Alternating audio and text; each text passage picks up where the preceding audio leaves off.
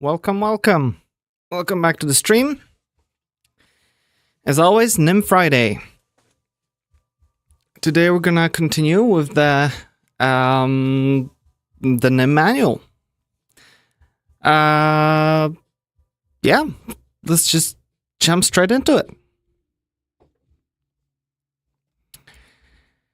So, last time we finished going through the C strings and just overall strings. And now we'll finally start to get into the fun stuff again. Previous stream we also dove deeper into some subjects, some of which we understood, some of which, at least on my part, I didn't fully understand. But yeah, let's continue. We'll see what we can learn from this, because yeah, there's a lot here. Alrighty. Structured types. A variable of a structured type can hold multiple values at the same time. Structured types can be nested to unlimited levels. Unlimited, huh? Arrays, sequences, tuples, objects, and sets belong to the structured types. Okay. Array and sequence types. Arrays are homogeneous type, meaning that each element in the array has the same type. Okay? Unlike JavaScript, for example. Arrays always have a fixed length specified as a constant expression, except for open arrays. They can be indexed by any ordinal type. A parameter A may be an open array, in which case it's indexed by integers from 0 to length of the A minus 1. An array expression may be constructed by the array constructor, the square brackets. Okay. The element type of this array expression is inferred from the type of the first element. All other elements need to be implicitly convertible to this type. Okay. All right. And yeah, the main thing is that they can be indexed by any ordinal type. And we know that ordinal types could be an enumerator. It could be just an integer, could be, you know, some range from something to something, right? So, as an example, because I remember that we did learn about something like, let's say, type, and we're just gonna say that we have, what could we have here?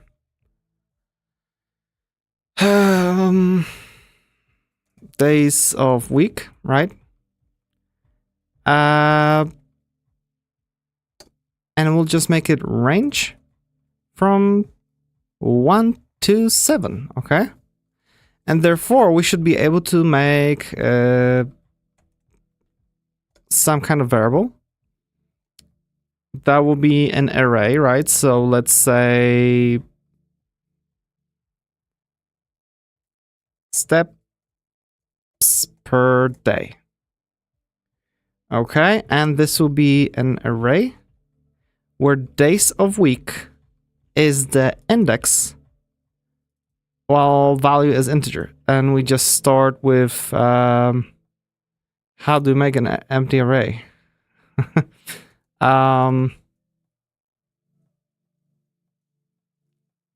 don't know, but I know that if I will do 1, 2, 3, 4, 5 and save it, it probably won't be happy, right? Because this is from 0, 1, 2, 3, 4, while we are supposed to have 6 and 7 elements, right? We save it and now it's happy. And, oops, the thing is that, let's say we do echo steps per day,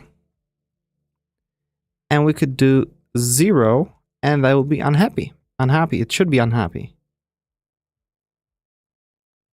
I mean, it's supposed to be unhappy, Why isn't it unhappy? Let's run it. Error 0 is not in 1 to 7. Okay, so it is unhappy. And that was build fail. So that was compilation time. Okay, so that was a caught during compilation. It's just our code suggestions. Nim suggest doesn't work. If I'll do 1, it should print 1. So let's do maybe not that large. Okay. Okay. Yeah, we did. Holy moly, how many steps that is? 145 million steps. Ooh, that would take. That wouldn't fit in Monday.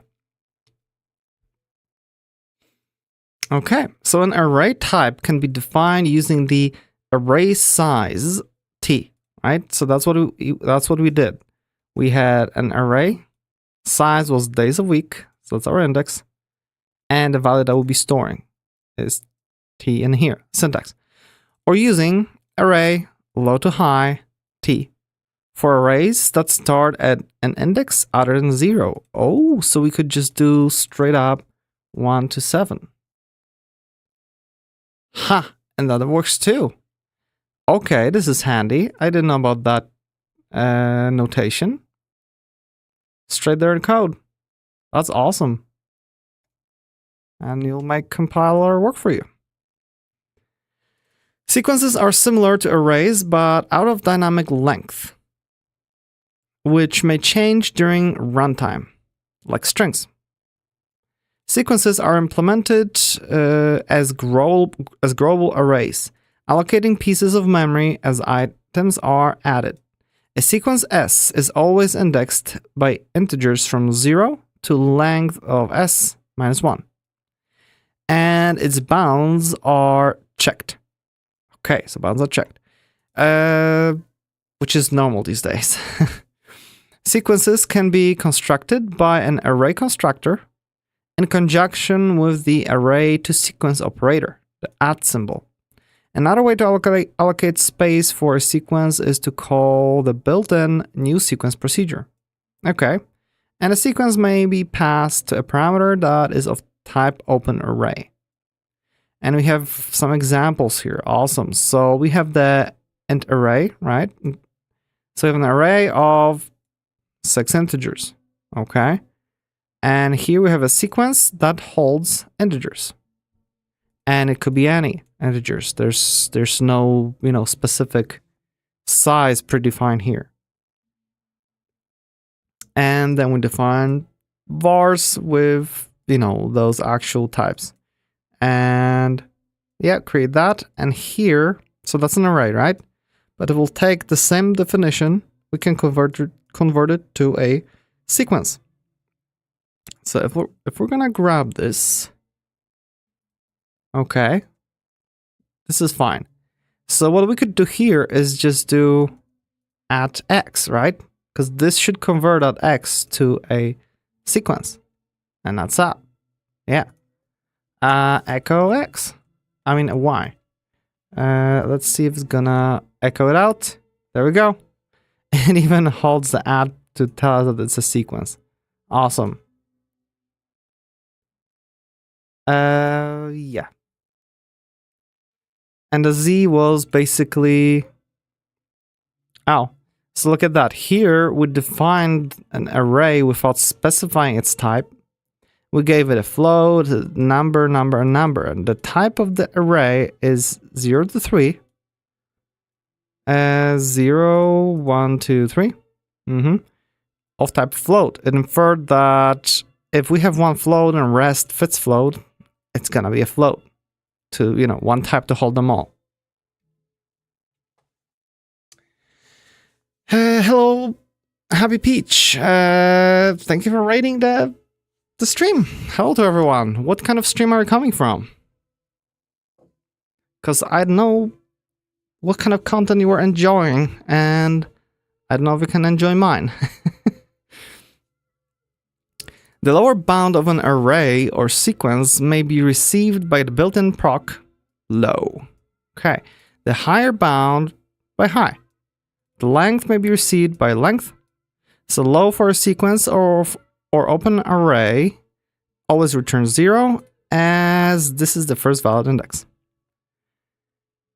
Happy Peach says, we are coming from a Haskell stream. Holy moly. Carrying it out. I know nothing about Haskell other than it's a bit crazy and esoteric, so I guess Nim is a little bit stepped down in complexity, although it's pretty expressive too, I'd say. And here we're basically going through this is the second stream. Every Friday I stream Nim. So we're going through the Nim language manual. As you can see on this screen. We have creator of the Nim language, Andreas, forgot the surname, teaching us the language of Nim through his manual. So just needed to do that. Sound like crazy idea. I hope I'm not offending anybody. So yeah, that's the stuff you can do now with AI. Just, hey, make me a background showing this and that, and just put some stuff on top.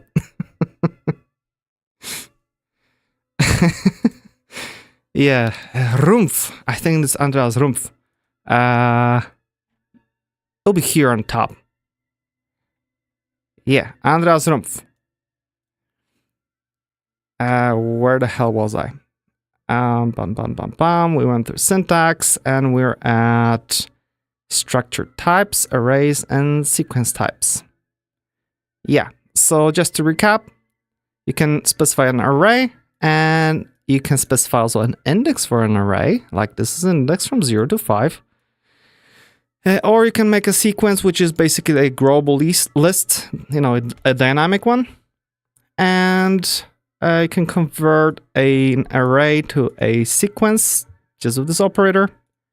And a list can be also inferred. In this case, Nim figures out that this needs to be a float because we have one float and a bunch of integers. So it did it for us. And we can use low and high to get the lowest and highest possible index. We can get the length of an array, and what else? One can append elements to a sequence with the add proc or the ampersand operator, and remove and get the last element of a sequence with the pop proc. So I'll address the add and ampersand, because here it sounds as if it's the same thing, but it's not the same thing. Yeah, arrays and sequences, exactly. So the whole thing about add. So let's say that we have a sequence, right? Let's say that we have sequence of integers. So if I'll make let sequence 1, and we'll make a sequence of 1, 2, 3, okay? It's really simple. We can echo the sequence 1, and when we run it, we just get a 1, 2, 3, okay? That's simple. And when we want to make, let's say, a sequence 2, what we can do is take the sequence 1, ampersand for a, you know, like and, to add, and we can add another one. So, you know, and we can just echo the sequence 2. So what we did here, we actually created the ampersand, basically doesn't modify the sequence 1. It basically creates a new sequence just, you know, by combining them. But if we would do instead sequence 1, add something like 4, right? We need to make it variable, because let is for immutable, var is for variable, and only then we just modify the sequence 1. Therefore, it should be 1, 2, 3, 4. So that's the difference. The add actually modifies the sequence. The ampersand operator just, what do you call it? Concatenates them to a new one. So that's one of those little quirks that were kind of missed. And remove and get the last element of a sequence with the pop proc. Okay, so that's pop. And I think we also have a bunch of other ones in there. I don't know if it's gonna be actually showing up, but I could do sequence 1 dot, delete some element, insert an element, max and min, I guess calculate those values, pop. And if we would import some other packages, we would have more, because I recall that you can do, add in front, you can treat it kind of like a queue, all that stuff. Standard way, I guess. So what's next? The notation x, square brackets, and I can be used to access the ith element of x. Okay. Arrays are always bound checked statically or at runtime. These checks can be disabled via pragmas or invoking the compiler with the bound checks off command line switch. I don't know what's the pragma for that, but it's nice to know that you can either do it in a compiler or disable it in that specific situation, which is kind of nice. Like, we want most of your program to be safe, and therefore you allow checks, but maybe you have one critical piece where you just want it to be a little bit faster and don't bother with checks, so you can do it. Why not? An array constructor can have explicit indexes for readability. Explicit indexes. So we have, because you can define an enum. An enum is kind of like they call it ordinal type. So constant lookup table, and you basically have, wait, what? Oh yeah, so you can basically have an array, and you can say that, I guess, the 0 is A, 1 is this, 2 is that. That kind of weird. If an index is left out, successor of last index is used as the index value. Oh, so we can do value A. This will infer that it's, so this is 0. This should be 1. So this will be 2, right? Yep. And okay. I guess great. Not sure how useful that is, but I guess if you want to be explicit or something. Yeah, like they said, for readability. Okay. So you just, sure. But you can define those values on here. Oh no, because it's an array. Okay, never mind. I won't question it. If somebody wants it, they can use it. Okay, now the subject I kind of don't like, which is open arrays. Often fixed size arrays turn out to be too inflexible. Procedures should be able to deal with arrays of different sizes. The open array type allows this. It can only be used for parameters. Open arrays are always indexed with an int starting at position 0. The length, low, and high operations are available for open arrays too. Any array with a compatible base type can be passed to an open array parameter. The index type does not matter. And in addition to arrays, sequences can also be passed to an open array parameter. Okay, so basically we could define a function like test open array, right? That takes an open array that can hold integers, and we could pass to it either an array, which is, fixed size with a specific index, or a sequence, which is, dynamic. Okay. And the funny thing that happens is the indexes. An open array type cannot be nested. Multidimensional open arrays are not supported because it's seldom needed and cannot be done efficiently. Yeah, so if we would have an array, right? Let's say that we have let array 1, and we'll define it as array of like from 3 to 5, right? So the indexes are starting from 3, 4, and 5. So that means that if I want to do echo array and get the element 4 out of that, we should get this one, right? That's logical. Yeah, that's the whole idea. That's how it works. So if we make a proc, print out, like print array, right? L takes an array and we'll make it open array. It holds integers and whatever. And what we're gonna do here is basically for I comma index, or is it the other way around? I don't remember. We basically say echo index. Then we're gonna do this and I. And we should be able to do basically print array 1. And if we run it, it's the other way around. Yeah. So this is the index. This will be the value. Value. So we're gonna do that. I believe it's fine. Yeah. We can see that it starts indexes from 0 to 2, even though we defined it as something else.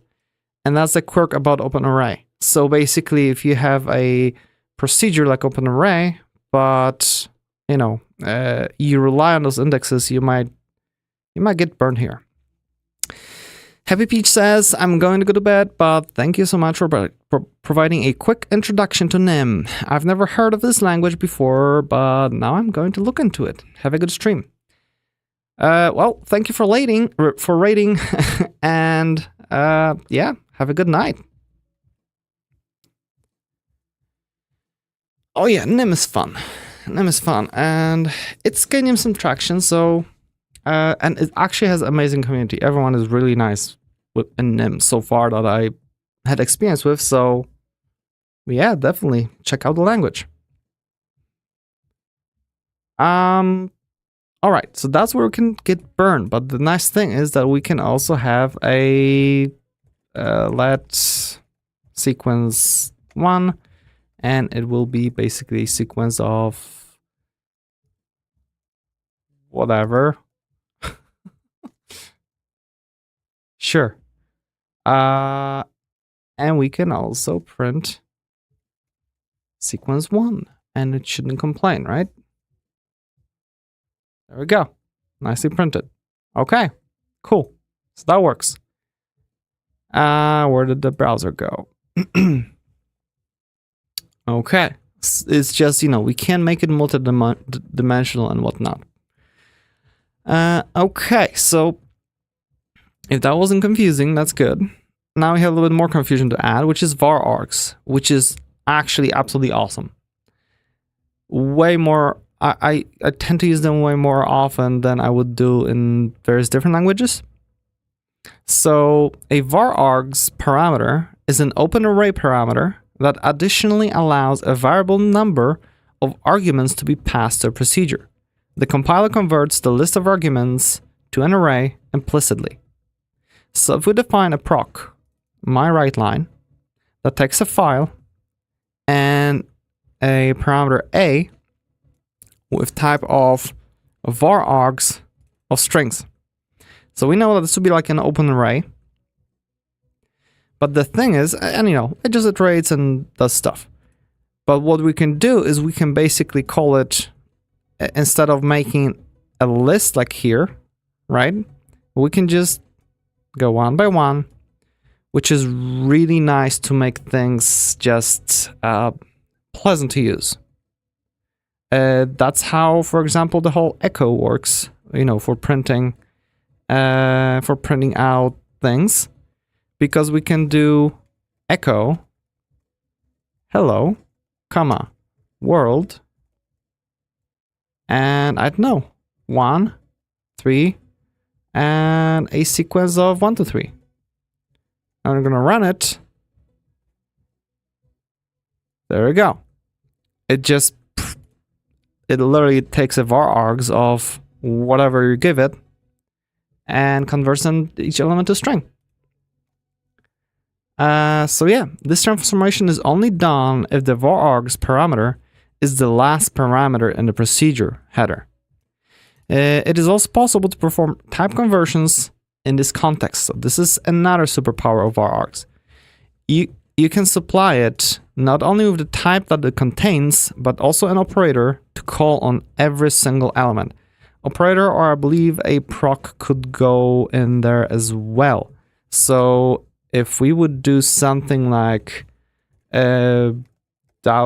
proc double echo, and we do messages, and it'll be var args string, and we're just gonna do double, we'll just call it double string or something like that. And we'll just do for messages, echo it. All right, we're just gonna print it out. So the thing that could happen here is we can actually proc double string. It takes a string that takes, how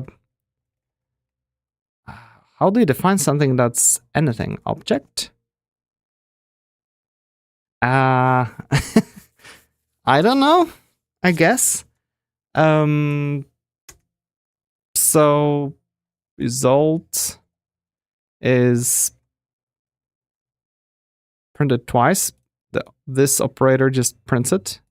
So we'll just do return this. Sure. And because of that, this is happy now because we just passed it a function. And that's it. And instead of doing this, we can probably do echo. Oh, now it probably won't work. I don't know how to do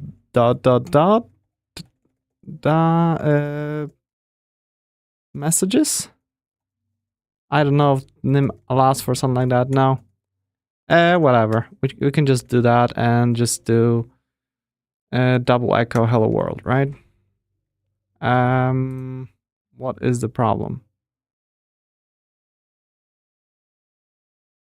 Mismatch. Oh. I guess these are not that. I don't know how to make it take anything. Of type T. This is of type T. And I think because another thing about Nim is it kind of has duck typing, where we'll figure out if this thing kind of will compile, and instead of strictly checking types, it sometimes figures out, you know what, there are those 3 overloads that will kind of make it work, or maybe this $sign operator is being used with this of type T, so it will infer the type T and check, and as long as things fit here and will actually get compiled properly, it's gonna try to do it. So I hope this is gonna work. Oh, there we go. Hello, world. There you go. So yeah, that's fun. Alrighty. So continuing. Yeah, so this example here with var args and providing it a $sign operator. And $sign operator is basically an operator that takes something and converts it to a string.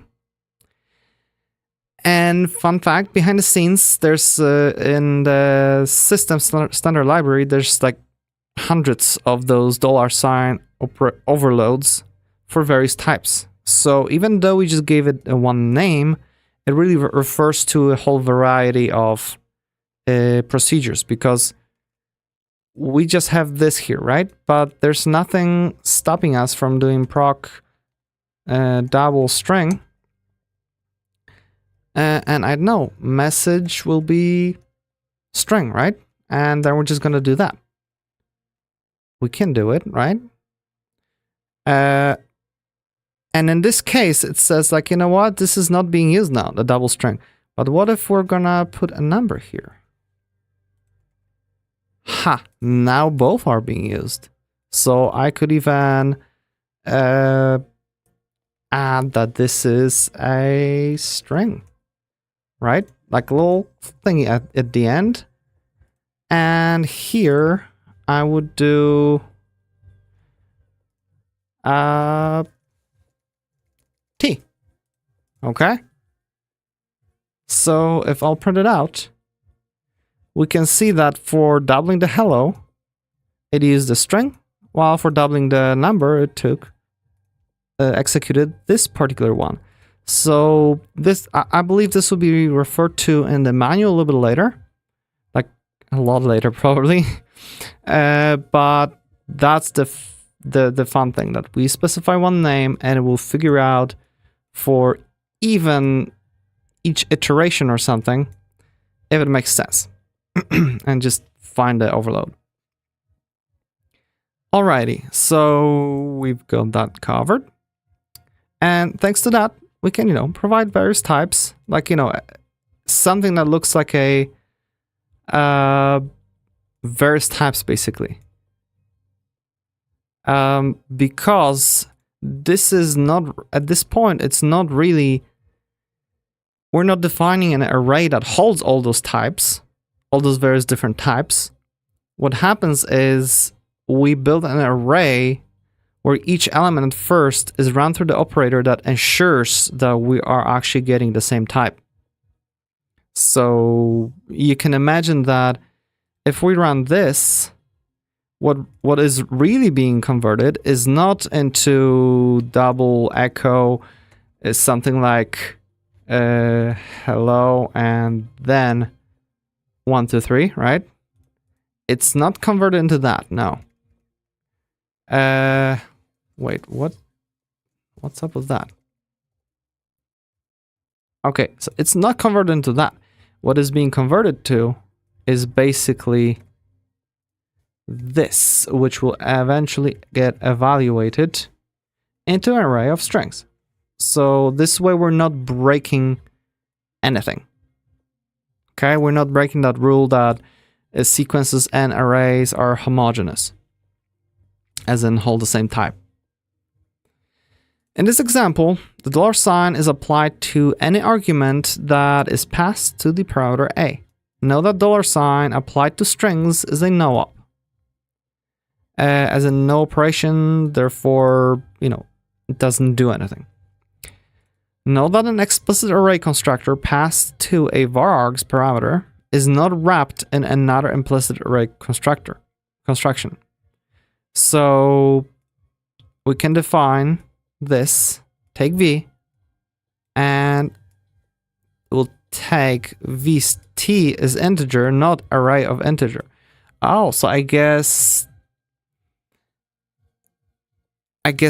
echo is different? Because if we will try to do it with echo, it would just print them out one by one, unless.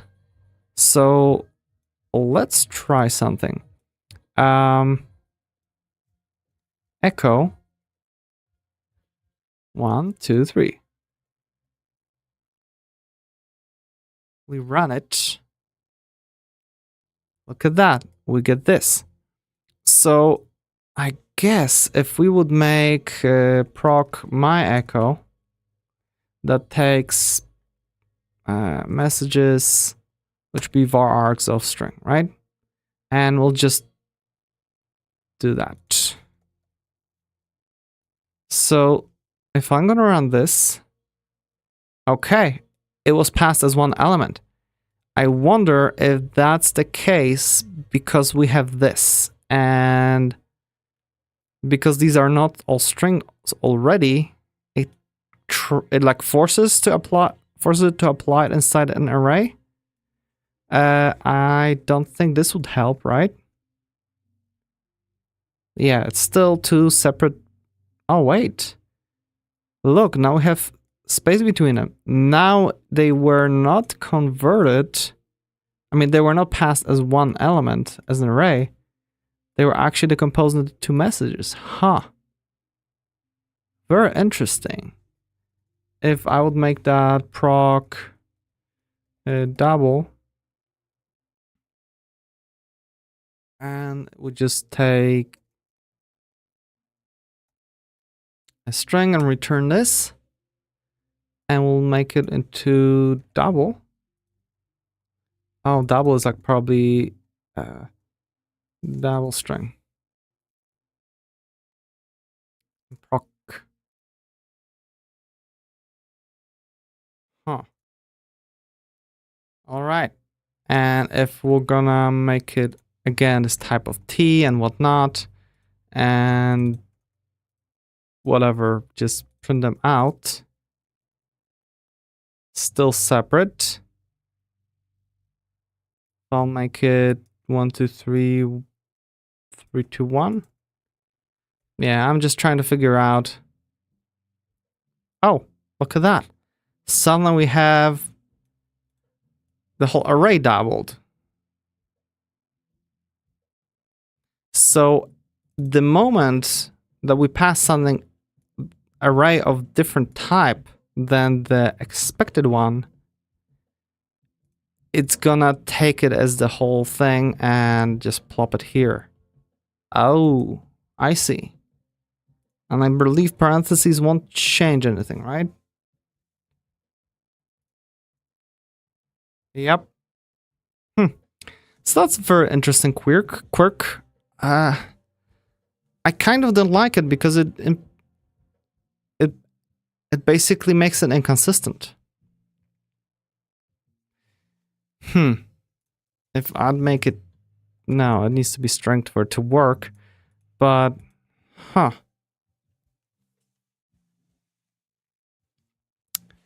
yeah, I don't like it. If we'll make it an integer, I mean, this won't work, but it kind of sucks that one time we'll take a whole array, some other time it won't.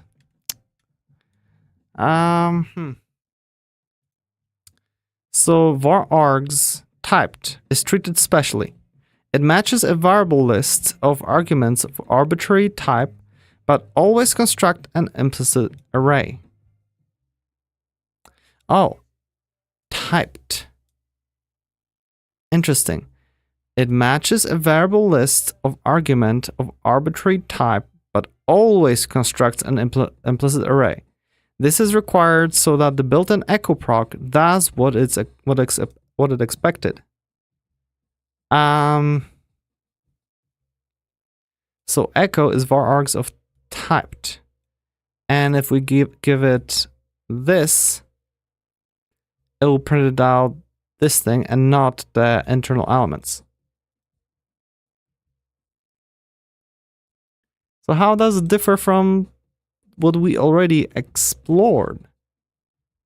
Because we have this thing, and if we'll give it this to be two strings, and we print it, and prints them as two strings, while my echo, and we'll just give it 1, 2, 3, 3, 2, 1. It's gonna print out the other one, right? So the first one, the second one. So what if we're gonna make it proc my typed echo, and we're just gonna make it typed, and how do we do double now? Double string, and that should work still, and we just print it. Oh, echo. Expression echo message typed.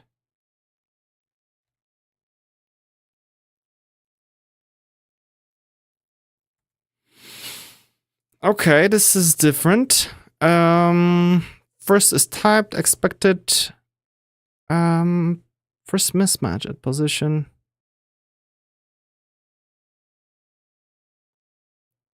Oh, we landing the typed message.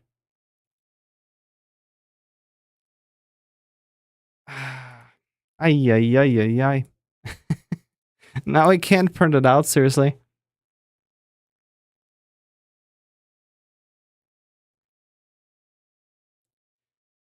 It's treated specially. It matches a variable list of arguments of arbitrary type. Okay, so we can pass it anything. Therefore, it matches it, but always constructs an implicit array. Okay, so with the type, basically, it will never ever try to deconstruct whatever we pass into it. And that's just the guarantee. Well, this one sometimes will, sometimes not, depending if it matches or not. And therefore, this is so that the echo can prevent that destructuring. Okay. I mean, I get it. I just don't know how to make it work. So invalid typed in this context. For proc, will the compiler give us like more proper error? Not really. Valid type in this context.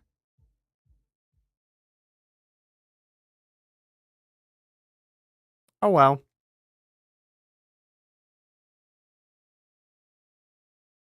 Yep, I don't understand this. Interesting. What I could do is ask the little AI I made, right? So let's do Nim expert. What is wrong with typed used in this context? I don't know who's gonna shine in the light, but you know, I don't understand it, so let's give it a try. Maybe it'll lead us to somewhere. Because I like to use that feature.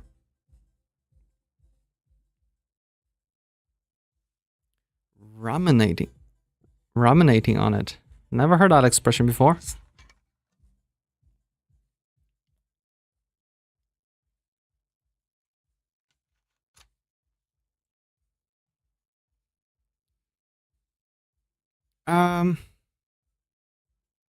The use of typed in this context is incorrect. Typed is a special type used primarily in templates and macros to represent an untyped expression. It's not meant to be used as a type for regular procedure parameters. Oh, that makes sense. Okay, so because I remember typed or untyped, that's what you use in macros. And I guess templates. Okay, and the vargs syntax is slightly off. The correct syntax of vargs with a conversion proc is this, where t is type of an argument. So yeah, it suggests to just use string. Okay. Yep. Otherwise, use auto. If you want to accept arguments of any type, which is what typed might have suggested you were trying to do, you could use auto. And it will just figure out that, you know what, this always returns string, so it should be a string. Yeah. Okay. Makes sense. An echo is a template, right? Can I like control click echo? No. Oh well. But I guess when you're writing template, an echo is a template, then you can do that. Okay, makes sense. Thank you, Claude. That was actually helpful. Partially. So that's awesome.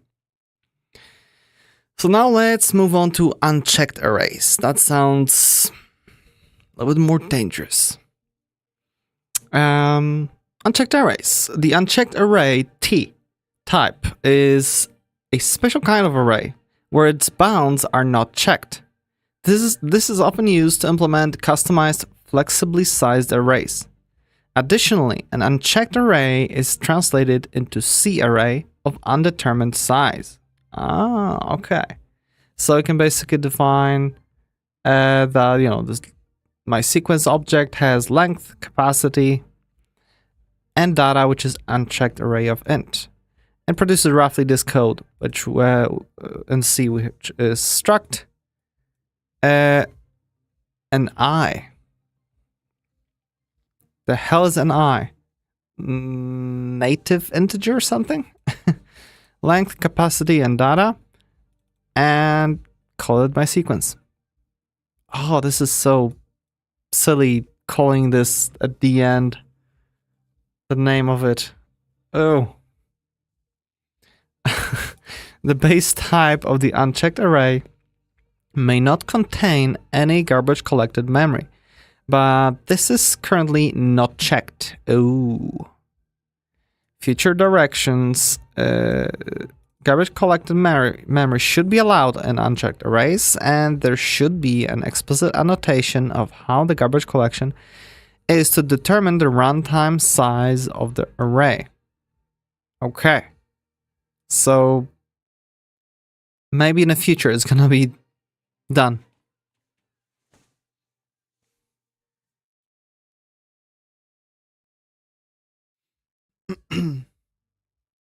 So, I'm not gonna play with that. Great, it can grow. We can put as much as you want in it, I guess. But does it manage memory, or do we need to manage it ourselves? Because my thought is, so what? I can just make it var array is unchecked array of integer, right? How the hell do I make an empty array? I forgot how to make an empty array.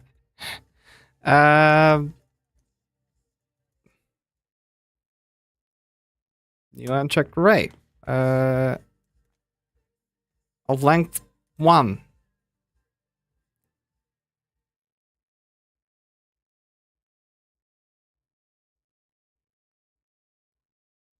Oops.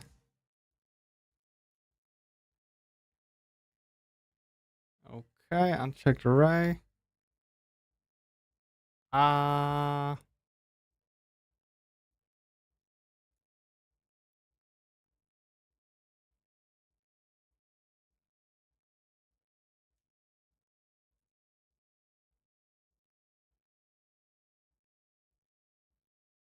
Unchecked array.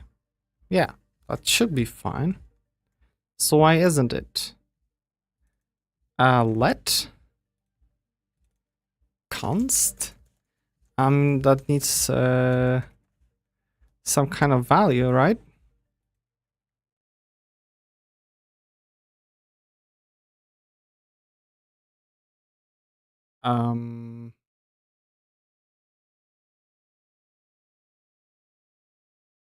I have no idea.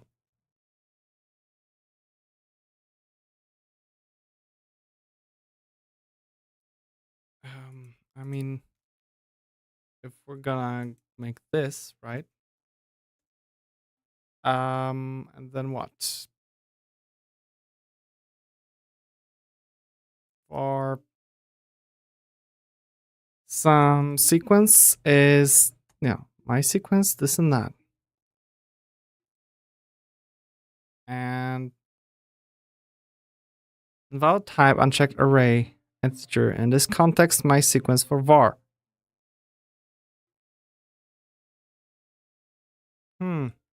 So, I mean, one thing that we could do, I guess, is go to the standard library and search for unchecked array. System type unchecked array. That's it. How do you make it?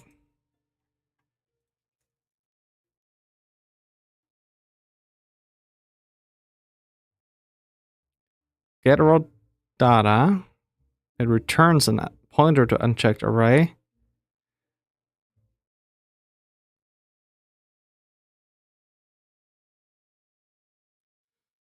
I don't know. Might be something with pointers. I'm not sure how to use it. Manual isn't very clear on it, so that's strange.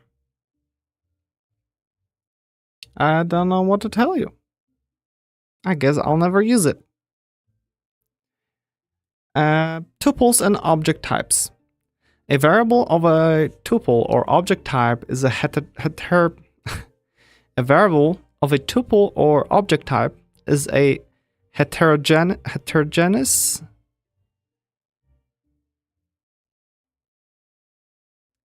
where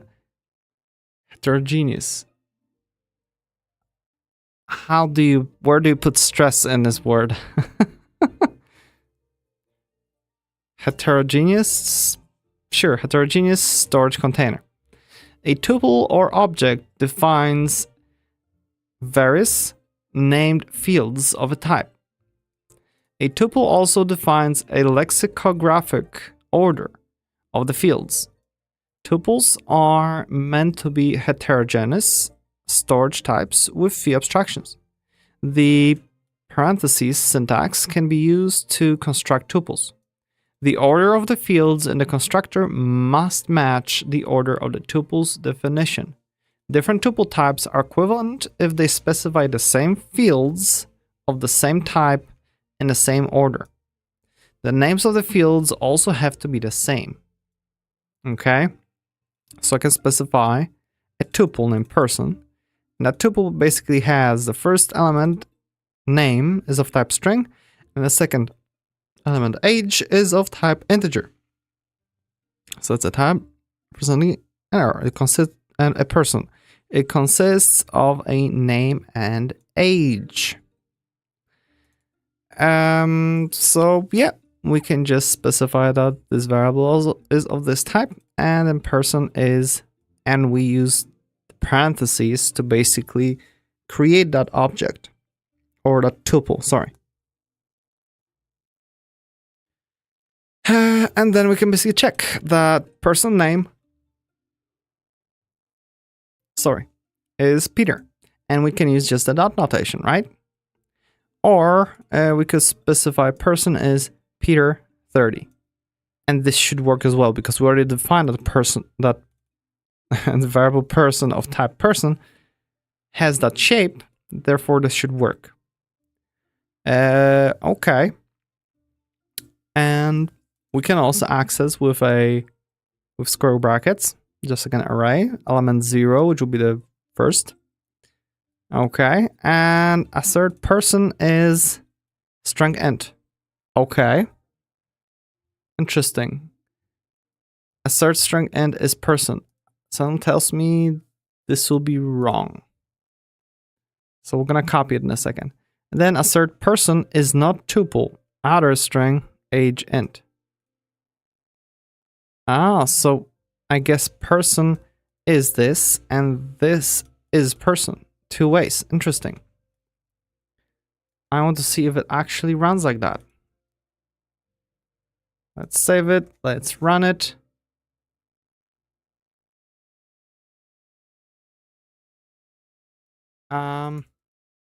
Yeah, it ran. Once more, run. There we go. So it works. Both are assignable then. Okay. A tuple with one unnamed field can be constructed with the parentheses and a trailing comma. Oh, okay. Unary tuple. Unary tuple. So we define it like this. Interesting. And for some reason, this will be a tuple. And we have only element 0.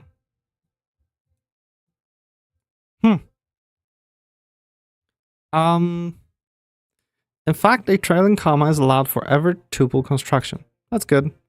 The implementation aligns the fields for the best access performance.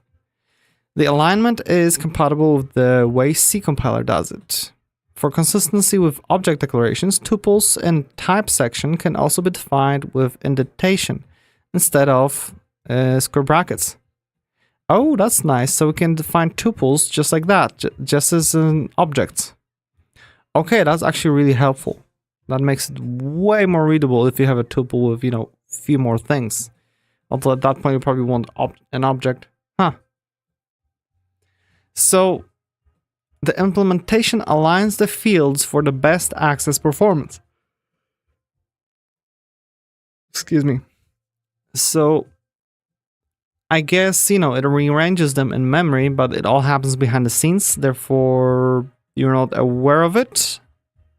So that's interesting.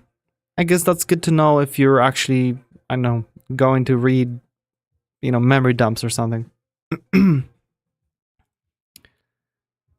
Cool. Objects provide many features that tuples do not. Objects provide inheritance and the ability to hide fields from other modules.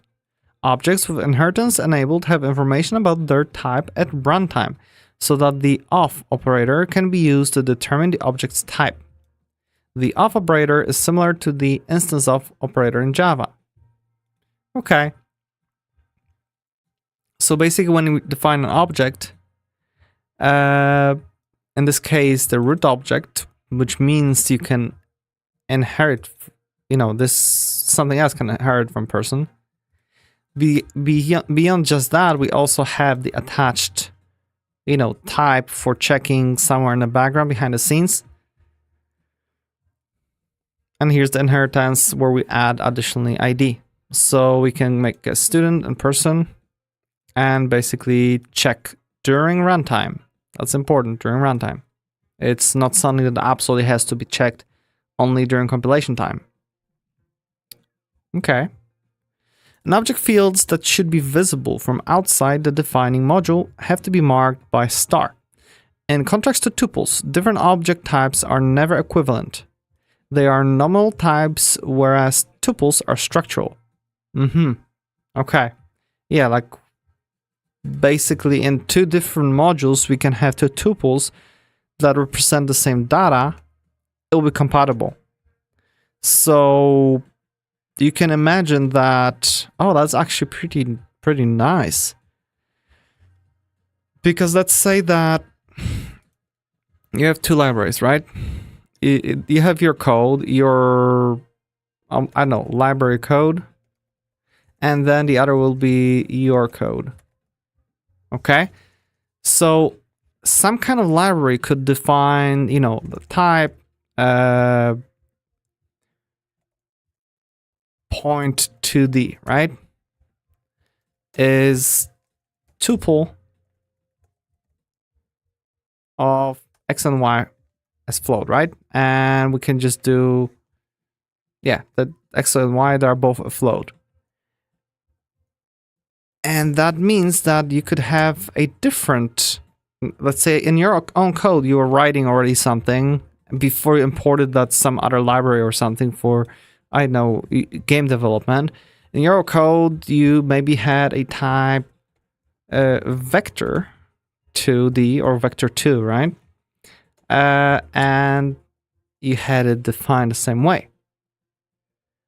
Or maybe you just had it defined as float, right? So, type expected, it is a type.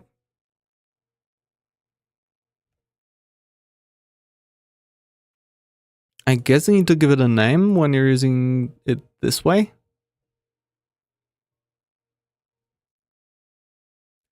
That kind of sucks. Where was the whole tuple being defined?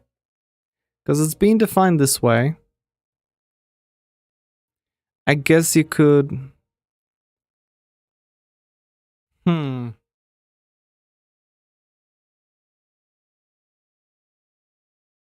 And I don't think you can do that.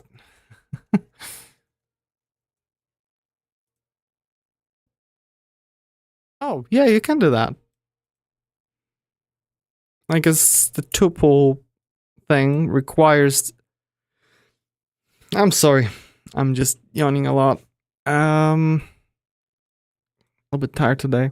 So a tuple, when you define the tuple through this syntax, you need to provide a name for the arguments or whatever. While with this, you don't have to. But I should be able to make, let's say, let my vector is this, vector 2. And I mean, this kind of doesn't make sense. I would need to just do this, right? And I'll just say that this is a vector 2. That makes sense. Okay.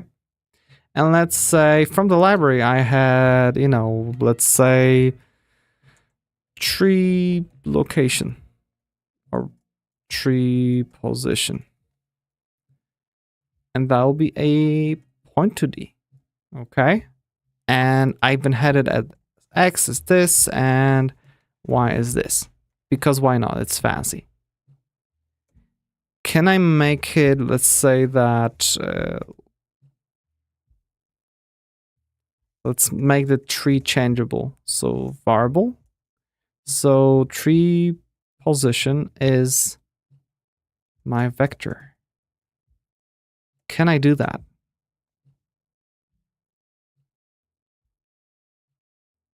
The tree pos has no type. How so? I gave it a type. Oh, var. Oh, so that works. Can I do it the other way? Like my vector is tree position? No. Because my vector is not a variable. And now it works. Okay, so suddenly you have a situation where you have two types of data that's basically the same shape. And because they are tuples, they work. If they will be objects, you wouldn't be able to do that. Does it mean that if I have something like this plus operator, right? It takes A and B as point to D and returns them point to D, right? So basically addition of, to D vectors, whatever. Does it mean that I can basically make my vector is my vector plus my vector? Save? It works, even though this is an operation of, this was defined on point to D. Oh, that's awesome. Because I can tell you in other languages, it was like often problematic where, you have some kind of library to operate on vectors or something, or positions and, yeah, like say locations and vectors and common game development stuff. And then at some point, you just pissed off at something and it's your own operators. So you either can make them as own operators, or maybe you want to make it as own type or something because it's defined somewhere else. And you suddenly need to convert between those two or three different versions of the same type that represents the same data. While here, if it's done the smart way and it uses tuples, suddenly you can just use them interchangeably. Wow. And the same thing, if in my code I had a proc times, and we have vector 2, B will be also a vector 2.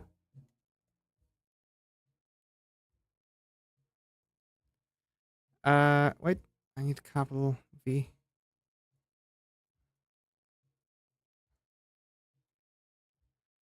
I am missing all the keys right now. I'm sorry. Yeah, sure. Let's just implement it that simple way, right? X is this times that.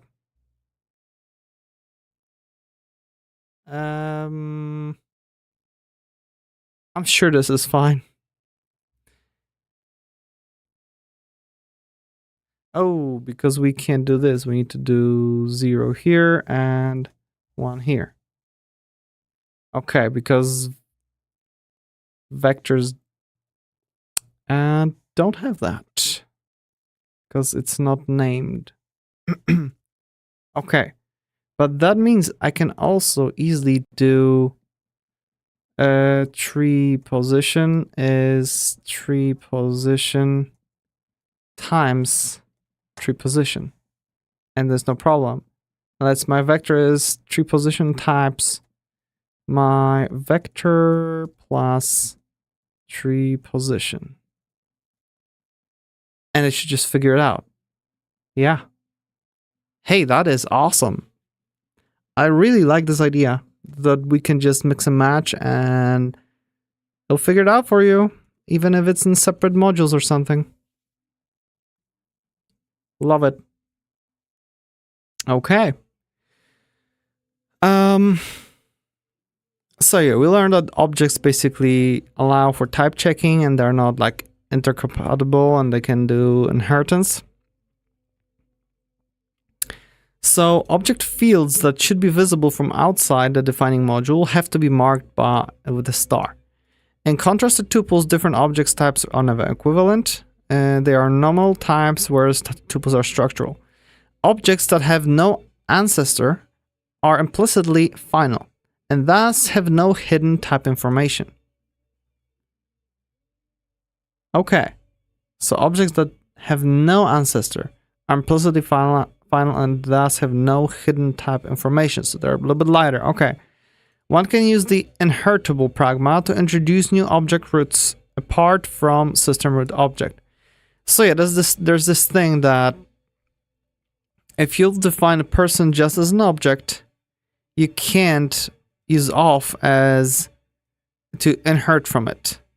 This would basically need to be either inherit from the root object, or you can mark something as inheritable, and that will inherently make it a completely separate inheritance tree. Not sure why that would be required or like needed, but maybe for some performance reasons. I don't know. The assignment operator for tuples. The assignment operator for tuples and objects copies each component and object. Okay. The methods to override this copying behavior are described here, and this probably points us to the manual, procedures, type bound operators. I guess we'll get there if it's straight in the manual. All right. So with this, basically what this means that the assignment operator for tuples and objects copies each component. That basically means that when we have this situation here, and I'll say, where was it? I'll just ignore this, right? So if I'll make it that my vector is, or like, let's say a third one, new position is tree position. This thing here, because tree position is a tuple, this basically copies all the data from the tuple. It makes a new copy of it rather than referencing the same thing. This way, if I'll make it, this will be let, this will be immutable, or let's say make them both variable, right? And then I'm gonna make new position 0 is 30 or 40 or something. So I can basically do echo tree position and echo new position, and they should be different because I modified a different copy of data, see? And the same thing goes for objects. If I would make a third one, let's say something like type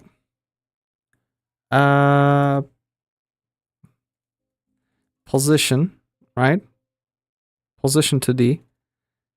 And this will be an object that has X and Y as float. So I'm gonna make variable player position, which will be position to D, which is basically a new position to D, right? And let's make it 51 and 52, okay? And then I'm gonna make for other position is player position. So this should be another copy. And I'll just change the X.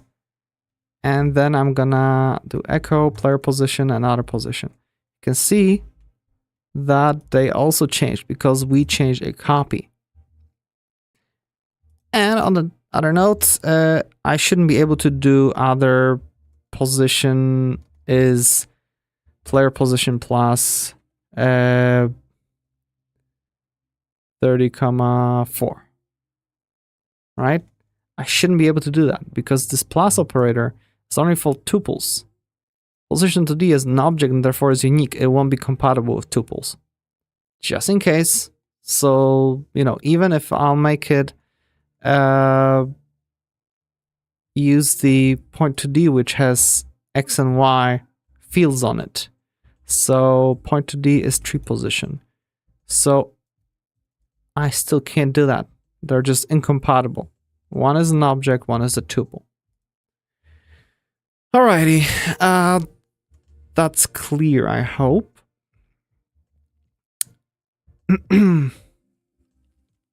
Okay. And then there's context of the reference object, and these wouldn't be copied like that. They will be, you just copy a reference, therefore it'll be a little bit more like in a few other languages they're probably familiar with. Okay.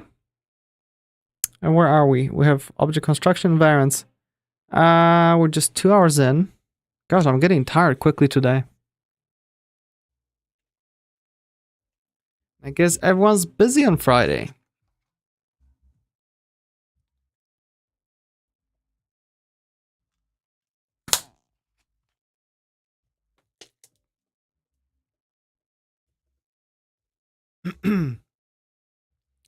All right, object construction. Objects can also be created with an object construction expression that has the syntax T as in type, parentheses, field A, field B, etc. Where T is an object type or a ref object type.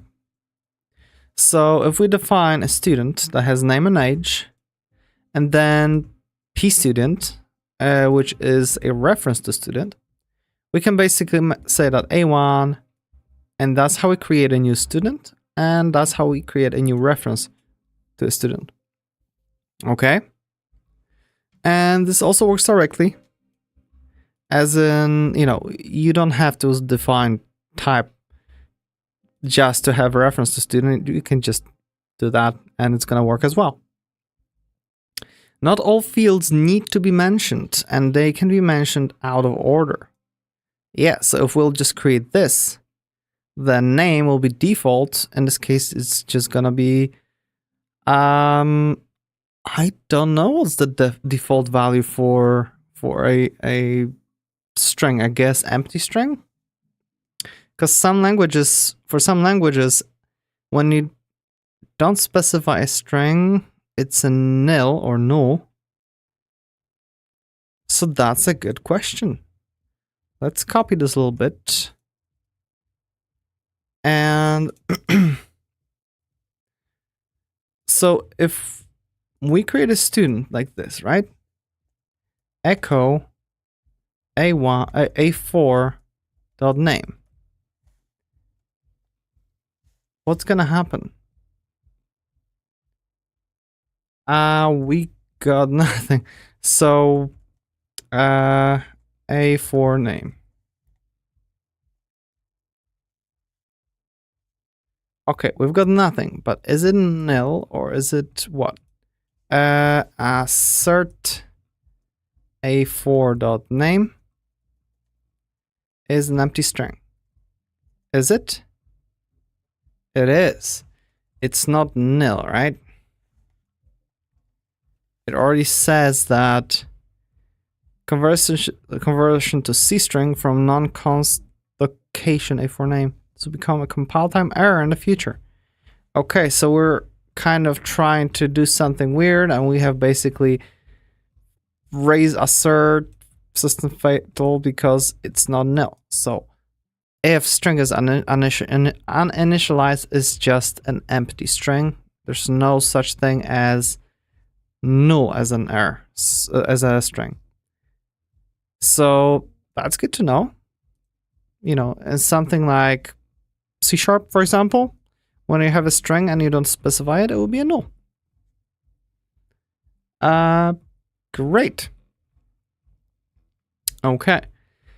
Note that unlike tuples, objects require the field names along with their values. For a ref object type, system.new is invoked implicitly. Oh, okay. So it basically adds that there automatically.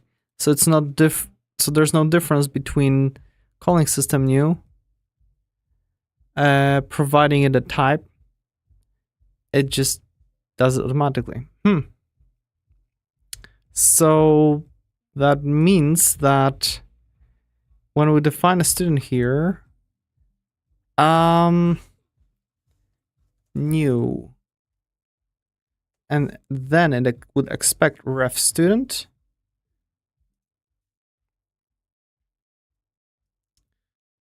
No.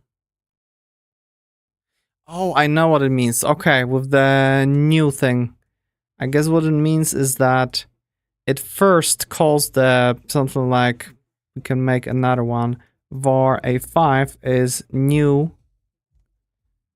ref student, right? And that will basically create an instance and then assign those values. That's what happens behind the scenes. Okay. So this basically creates a new instance of it, just with everything unassigned.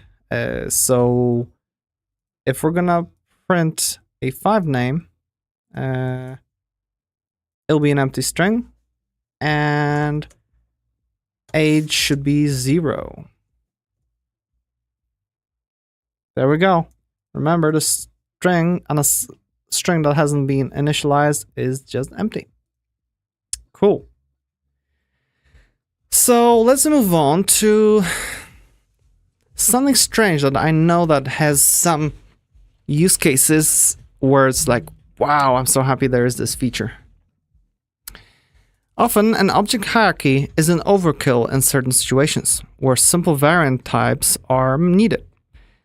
Object variants are tagged unions, discriminated via an enumerated type used for runtime type flexibility, mirroring the concepts of sum types and algebraic types, data types, as in ADTs, as found in other languages. So the whole idea is that we define type, in this case, node kind, okay?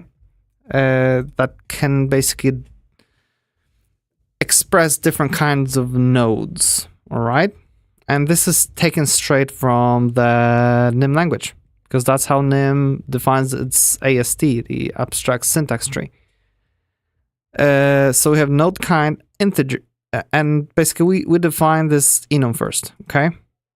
That we can define that we have, the type like float or string or add or subtract or if, different kinds of nodes in a graph. Then we define the actual node, which is a reference to node object, and then we define the node object itself, which is an object dot, and this is the thing here. The kind of an object is, the kind field is the discriminator. So it needs to have the field kind of some kind of enum, in this case is node kind. And then we can basically have a kind of switch statement or case statement for the kind where If it's this int, it will basically define that it has this particular field on it. If not, this and that. And we can even make it as a block. So in case this node objective is of kind add and subtract, it has those two additional fields on it. So the thing is that it's kind of hard to come up with an example of what it could be, I guess. Because it sounds like something very specific. I mean, the thing that comes to my mind is when you're trying to deserialize JSON or serialize JSON, and you need to basically hold different kinds of data, right? So it's a little bit similar to that, but maybe a little bit more relatable. So let's try to come up with an example. So let's say that we have a type and we define something like JSON node, of course. Yeah, because these are. And we can specify, JSON string or JSON integer, JSON float, bool. It can hold nulls. Although let's skip that part for now. But you can also have an array and object in there, right? And that's mostly it. Let's say that this is mostly it. Yeah, sure, JSON null. JSON null. So these are all the kind of objects that we want to hold. So what we could do is basically specify the JSON node itself, not just the kind, but the actual node, which will be let's just make an object for now. And sure, kind. Let's switch by the JSON node kind. So let's even not do that. Let's say that each node has to have, when we're operating on JSON, for example, we just want to have a reference to the parent. And parent will be the JSON node itself, maybe a reference to it, okay? And other than that, let's call it a name, I guess. Because each node has a name in front of it. So that will be that. And then additionally, depending on that kind, we want to hold some specific data. So if it's a JSON string, we want it to hold the value as string, okay? If it's an integer, value will be integer for now, or float will be float. It's not happy that they attempt to redefine value. Huh. So string value? I guess each needs to be unique. Interesting. That's a limitation. And we have float value. And then what we have for bool, we have bool. For the null, I guess we don't have to specify anything because, there's nothing. I guess. I wonder if we have to specify. So right now it's like not all cases are covered.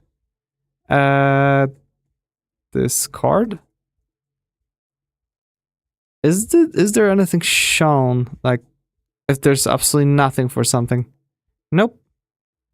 Guess we're gonna get there in a second, but I want to try it on myself. So we have null, and then we have of JSON array, and that will be basically array elements, sure. And this will hold more nodes, and then we have the object order table. Import tables. I mean std/tables. I guess that will work now. Sure. So that's it. So basically what that means is that we should be able to say, let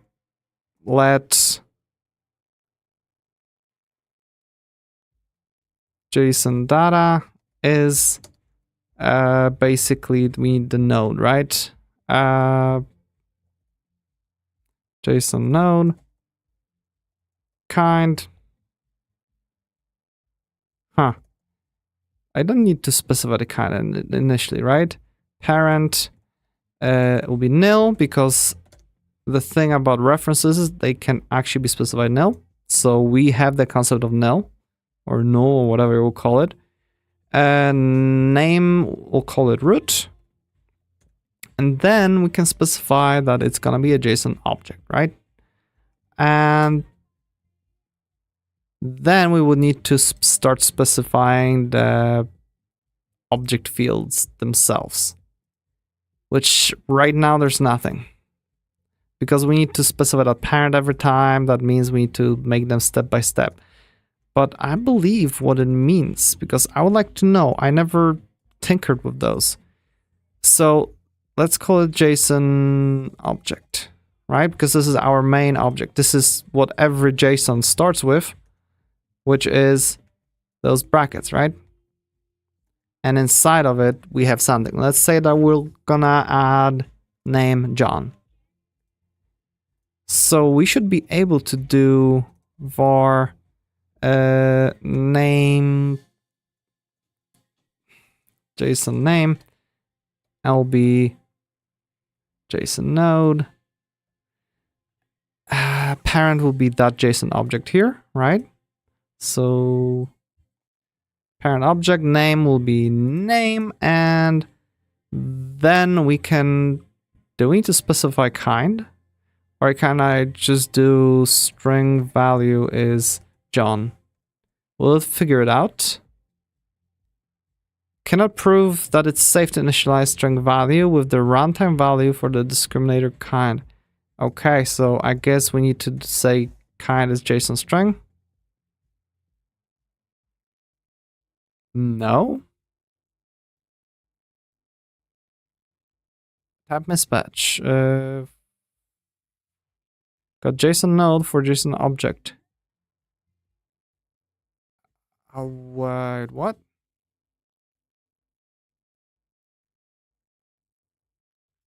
Oh, I need a reference to it. So let's actually do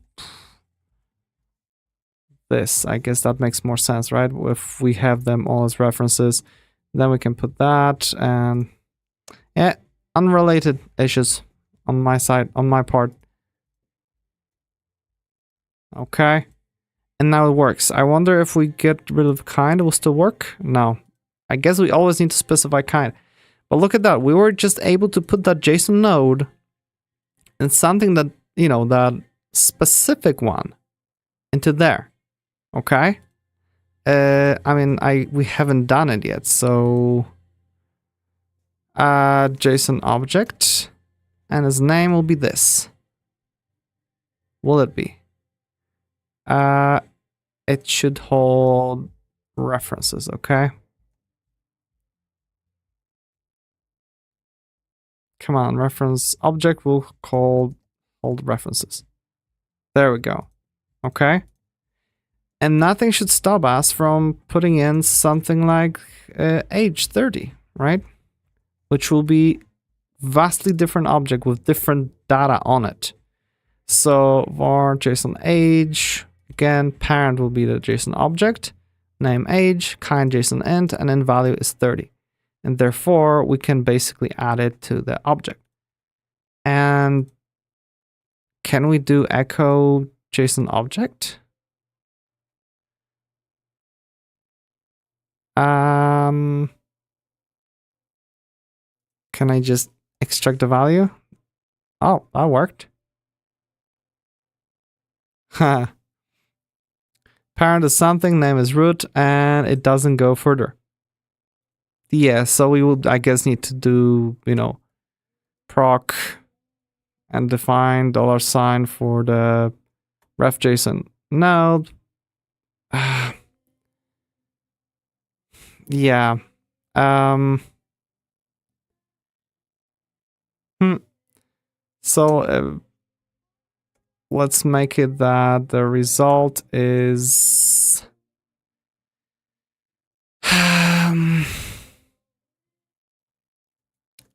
we'll say that it's a quote. Inside quotes we'll have no name, and then we're gonna add the value, I guess. So it'll be in case of node kind. If it's string JSON, we just add the string value. Okay. If it's integer, we just do that. If it's float, we just do that. Bool and null. And for JSON array, inside of it, for each element, we just print out the whole thing. Wow, this is just writing itself. And for object, we just do that. Echo JSON object. Run. Oops, declared field last. Word. Oh, keys last. Oh, that's one thing that it got wrong, really. For key value,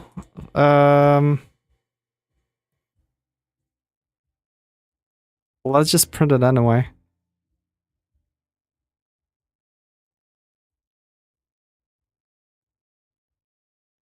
Look at that. It just printed our root is this. Wow. I didn't expect that to work. Totally. Yeah, we just printed out we just nearly implemented. No, did we actually implement the whole thing? Yeah, we just implemented the whole way of holding data as JSON and printing it. I did not expect that. So yeah, there should be nothing stopping us from doing var JSON array, which will be let's just what would you friends, which will be again ref node friends JSON array, okay, and array elements, which will be null initially, I guess. We add it, and then we do for I and 0 to 4, right? JSON friend will be name will be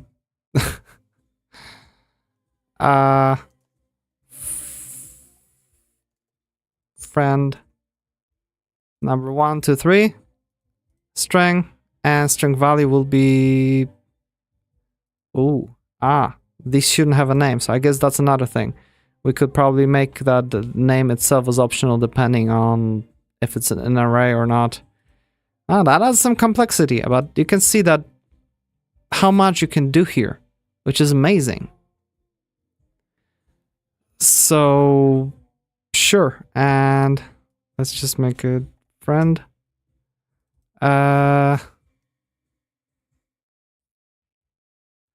Item number this. Okay, sure. And for each array elements, add this. Type mismatch. Oh, because we need to make sure that this holds references. There we go. And doesn't mean that will, on the run, it will print out also an array. Look at that. Let's grab it to a new thing.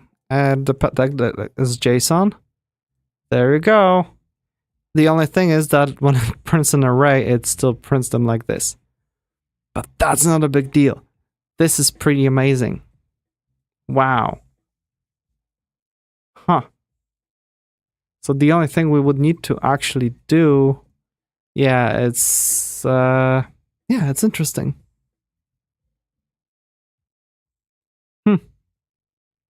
Yeah, instead of each object printing its own name and value, it just should print its own value, and that's it. And that will fix the whole problem. Gosh, I actually want to finish it. So please bear with me, because this is kind of fun. So when we want to print JSON node, we don't print its name yet. We don't start with that. We just do the value, okay? And for an array, we just print the values. But for everything else, we want to print wait, I pasted like this. What the heck? We want to print the name. Let's just do let name is, and we have this whole thing. Okay. So we have this name ready. So we can just do as the name. Yeah, because we don't take it from no, we just do prep the name.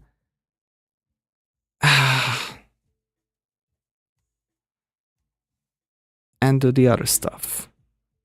There we go. For integer, we print the name and the value.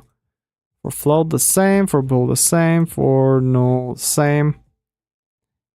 Array, basically, we start the same way. Sure. Do we, though?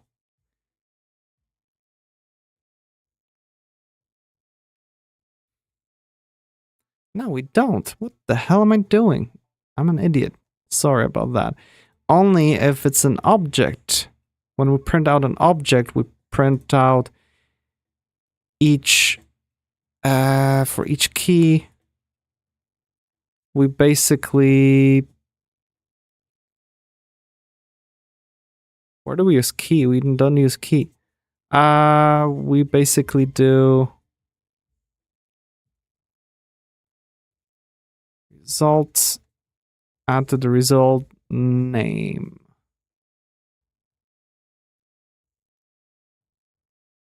What the hell's gonna happen? I'm gonna run that. Root John, root 30, and then we have an array of friends.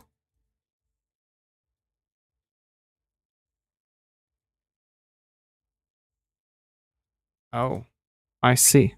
So we don't even use this thing, because don't ever print your own name, right? We only want to print the key. So we need to do key. There we go. Huh. We might have just printed the proper JSON. Other than the little comma at the end, that is a tiny thing. There we go. We just made a way to print, define and print and hold data for JSON and print it and whatever. Huh.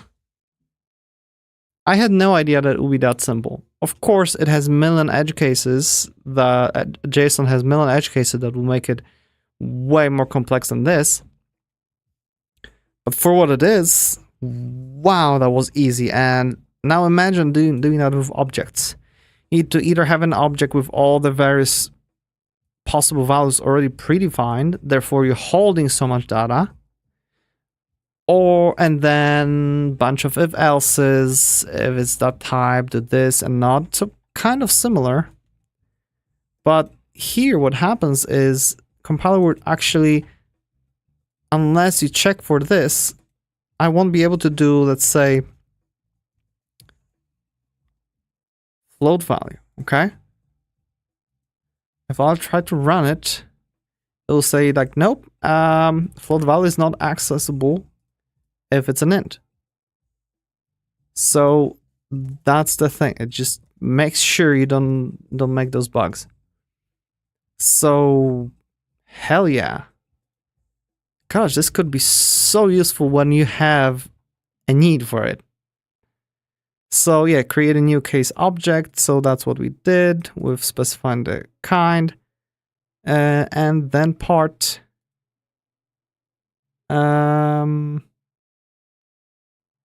then part node.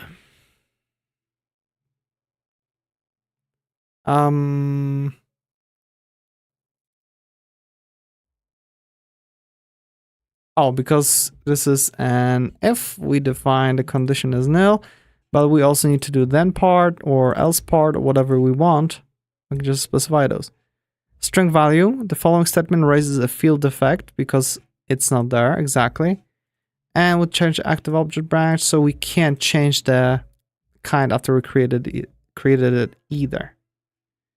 And node kind, this left operand, and we create another node and all that. You can just define that way. So that's awesome. As can be seen from the example, an advantage to an object hierarchy is that no casting between different object types is needed. Yet, access to invalid object fields raises an exception. The syntax of case in an object declaration follows closely the syntax of the case statement. The branches in the case section may be indented too.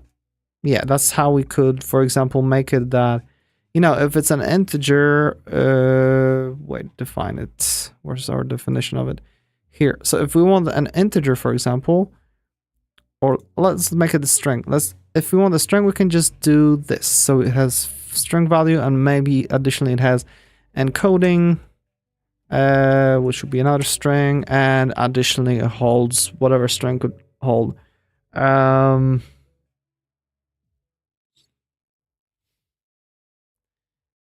Escaped, which is a boolean, right? It's nothing stopping us from actually defining multiple values for each type in a nice readable way. So come on. So yeah, this is pretty good. Pretty good. And the example, in the example, the kind field is called the discriminator. For safety, its address cannot be taken, and assignments to it are restricted. The new value must not lead to a change of the active object branch.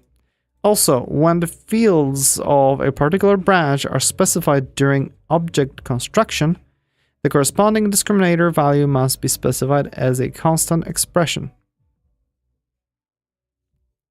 So, the fields of particular branch are specified during object construction, the corresponding discriminator value must be specified as a constant expression. Okay. All right. Instead of changing the active object branch, replace the old object in memory with a new one completely. So var x is node, and we started this kind and this and that, and then we can just replace the whole thing, because node is a reference, right? Node is a reference to node object. Okay. So we just create new node objects and assign it to this reference. Okay. Sure. That's how you could make modifications. Starting with version 0.2, 0.20. Wow, that sounds so long ago, because we're like 2.08 or something. System reset cannot be used anymore to support object branch changes, as this never was completely memory safe. Okay. As a special rule, the discriminator kind can also be bounded using a case statement.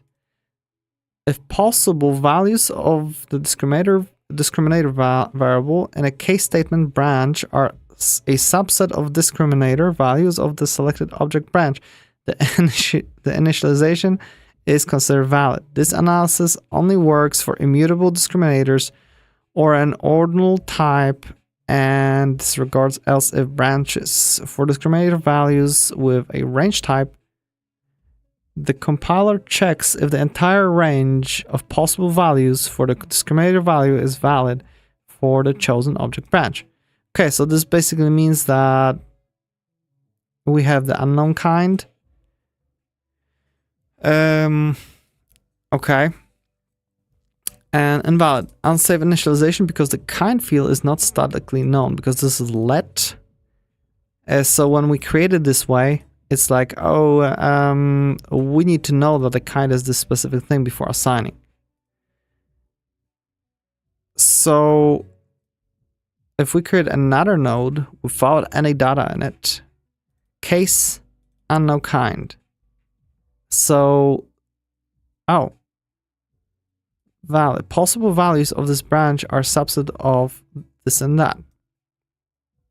Okay, so if the unknown kind is this or that, we suddenly can use it because we already checked for it here.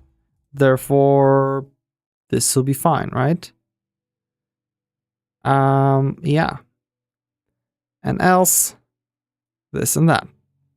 I wonder if it's possible to have multiple entries for the same type or something, same kind. Also valid, since unknown kind bounded can only contain the values nk add or nk sub. Okay. So it just, for else, it just straight up ignores and you can't use it. Okay. Let unknown kind bounded is range from here to here. Okay. Of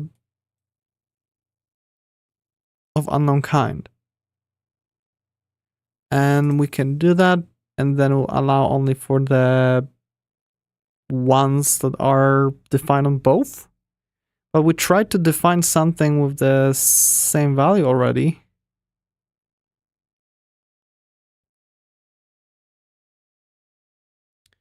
What if... Oh, I see. So let's say that, just like in previous example, our JSON string has also encoding. And that'll be some kind of string. What if for a float value, we also want encoding? Can we do it this way? No, because it wants to redefine. Come on. How can I have the same thing? Because they differ with this value. Unlike in the example here where both of them have exactly the same set of what do you call them? Fields. Is it possible to do something where, let's say at the end, I have another case of JSON string, comma, JSON float, and we have this? No, because it says, you know, duplicate case label. Oh, that sucks. It would be so nice if one could, you know, create duplicates. It would just make it so much more readable, because if not, I would need to make string encoding, okay? And here I will need to do float encoding. Ugly. That's ugly.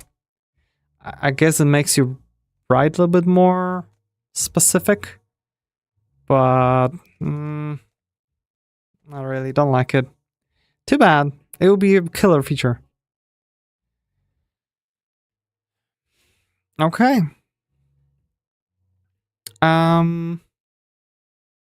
Cast unchecked assign. Some restrictions for cased object can be disabled via cast unchecked assign section. So we defined it. Pass to var token kind. Okay.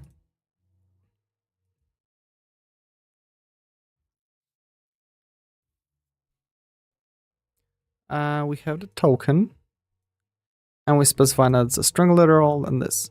And we do cast to unchecked assign, and we do this thing. Pass to variable t.kind.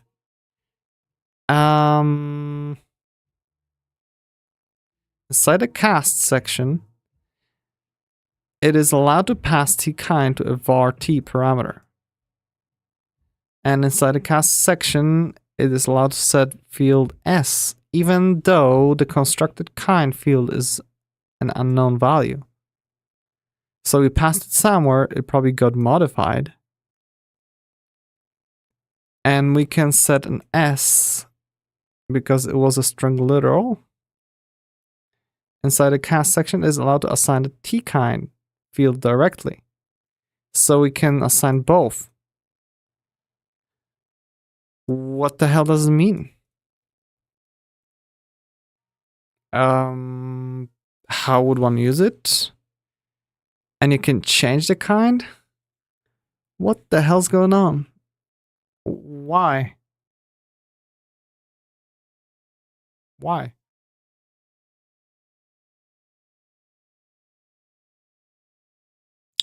Don't know.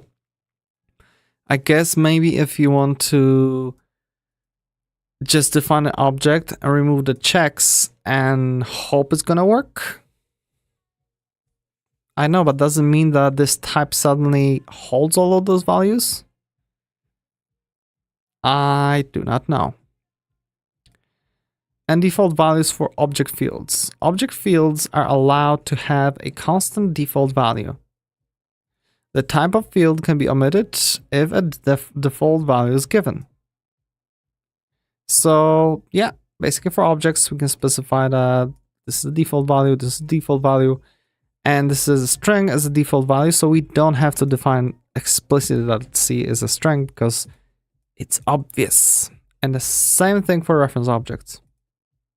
Cool. The explicit initialization uses these defaults, which includes an object created with an object construction expression, or the procedure default, a ref object created with an object construction expression, or the procedure new, an array of or tuple with a subtype which has a default created with the procedure default.